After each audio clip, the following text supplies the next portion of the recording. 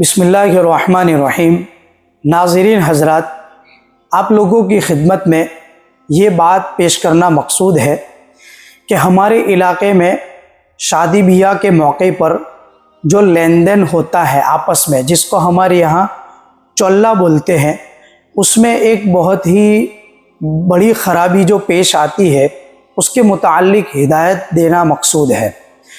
मारिफुल कुरान में हज़रत मुफ्ती शफ़ी साहब रहमतुल्लाह अलैह ने 21वें पारे की आयत सूरह रूम की आयत वमा आतैतुम मिर रिबल लियरबु फ़ी अमवालिन नास फ़ला यरबु इंदल्लाह इला आखिरी आया, इस आयत के ज़िमन में ये मसला और ये हिदायत बयान की है कि जो हमारे लिए बड़ी अहम है।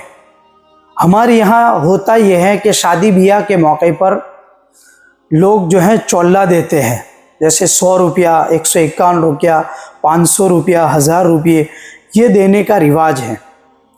लेकिन इसमें सूद की शक्ल आ जाती है।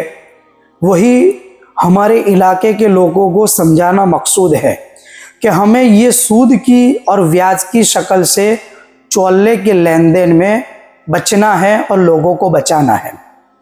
वो शक्ल ये है कि अगर मेरे यहाँ निकाह हुआ तो लोग जहाँ मुझे पैसा देते हैं, चौल्ला देते हैं, तो 100 रुपया होता है, 151 रुपया होता है, 200 रुपये होते हैं मिसाल के तौर पर। लेकिन जब जिन लोगों ने मुझे दिया है, अब उनके यहाँ किसी के यहाँ शादी का जब मौका आता है तो मैं जब देखता हूँ नोट के अंदर के सामने वाले ने मुझे कितना दिया था, तो अगर मिसाल के तौर पर उसने मुझे 100 रुपया दिया है तो मैं उसको 151 देने की कोशिश करता हूँ, 200 रुपये देने की कोशिश करता हूँ, जिसको हमारे यहाँ चढ़ोमनी बोलते हैं। तो ये जो चढ़ोमनी है और जो सामने वाले ने दिया है उससे हम बढ़ाकर जो दे रहे हैं, ये एक सूद की शक्ल हो जाती है।